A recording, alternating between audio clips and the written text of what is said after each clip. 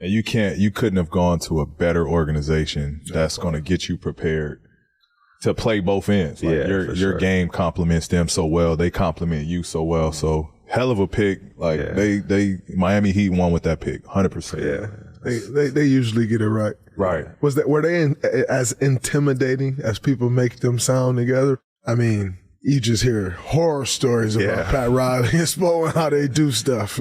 Well, I mean, when I worked out there, I was honestly pretty nervous about it because, you know, I wanted to make a good impression. But when I got there, everyone was, it was actually the next day they had a game in the finals against the Denver Nuggets. But it was weird. Everyone was super cool, very like open, very friendly, just trying to make sure that you were right in anything you needed. And the coaching staff, everyone that was there working us out was just, you know, super supportive. Just, you know, we're here to have fun, compete, and we're trying to see what you guys are trying to do. So it really made it easy to go out there and no stress. You just go out there. We're trying to see what you guys do. Yeah. So I worked out. I had 18 workouts, and one of them was with Miami.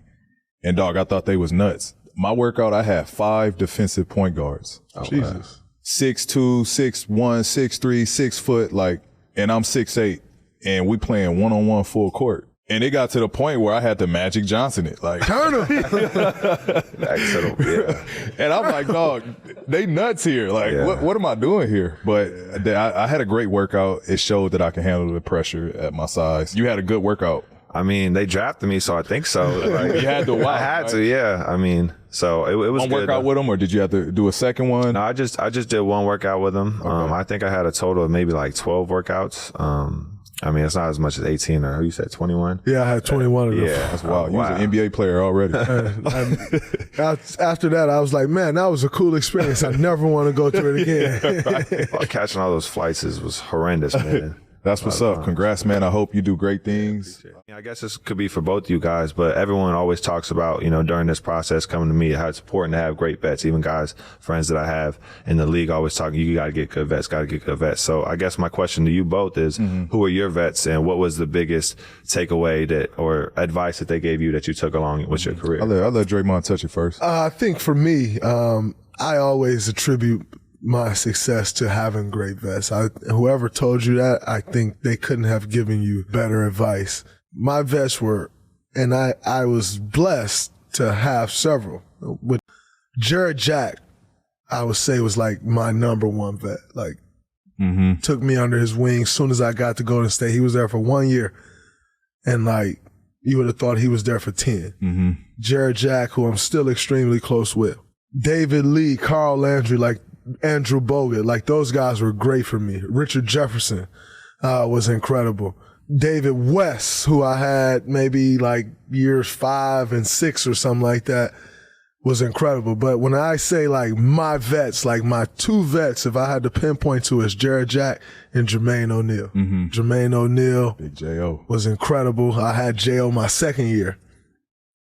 And just the things that him and Jack taught me, like they taught me how to be an NBA player. They taught me how to live. Like they taught me, up until that point, obviously, you know, I've learned a bunch more, now, but up until that point, like the things that those 2 guys taught me, and just showing me how to be a professional.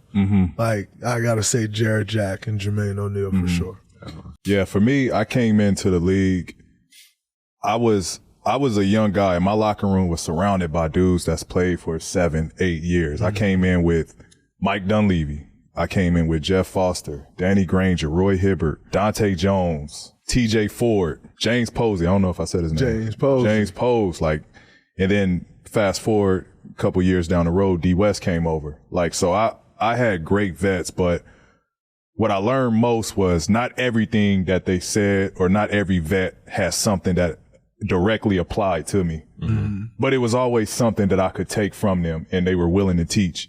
And so I think, you know, as you go on, just be a sponge. And again, every person will have something different for you.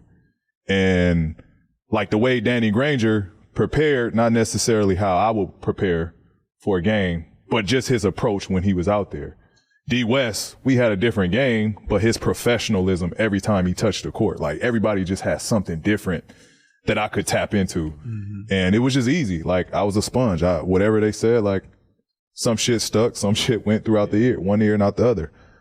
So just be a sponge, bro. Definitely. You probably don't even know who Jeff Foster is, do you? That's a little past my time. Ain't gonna lie. But I learned a lot from Jeff, bro. Like, he didn't play much because of injuries. He had a bad back, but he came to work every day and was happy about it. Like, he was pushing 38, 37, like old vet.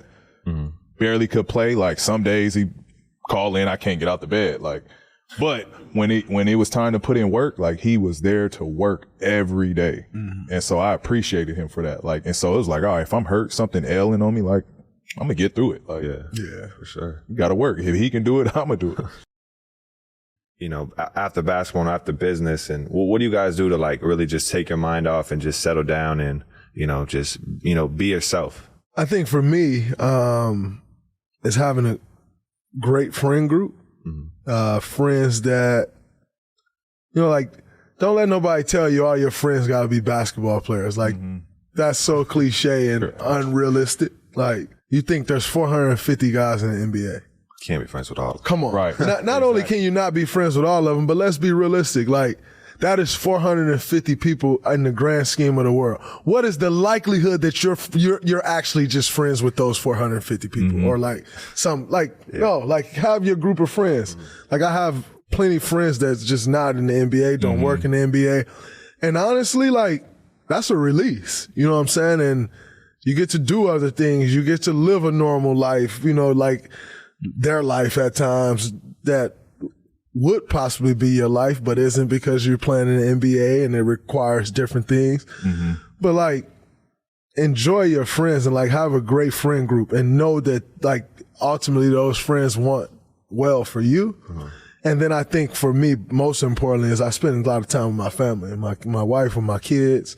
My kids in particular, they not only do they keep me young, I feel like I'm fairly young. I'm 33. I'm not some old man, but like they keep me running around and chasing them. And they also give me a perspective and a purpose. And I think, you know, like just the perspective, like, man, like you play 1 million games and you want to win, but you also understand that it's not the end of the world, you know, and like life is going to go on and like, there are more important things going on in life or on a daily basis than if you won or lost a game. And like my kids will always remind me of that because, you know, you walk in the house and like they're all over me like I just hit the game winner in game 7 of the NBA finals and we just lost by 40. But like that to them meant nothing, you know, or like on the flip side, have a great game and we win and we beat somebody by 40.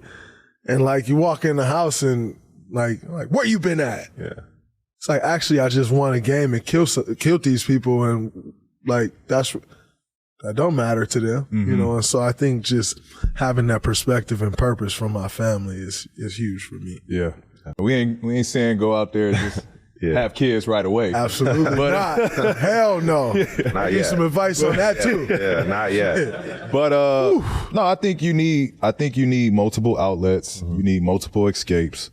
Because truth of the matter is, like, don't let basketball just become your life and that's just who you are. Like, you need other escape. I love that young guys are tapping into fashion. They're tapping into the gaming world. They're tapping into the music world. Like, you can't play basketball 24 hours out of the day. We talked about that earlier. Like, so you need escapes.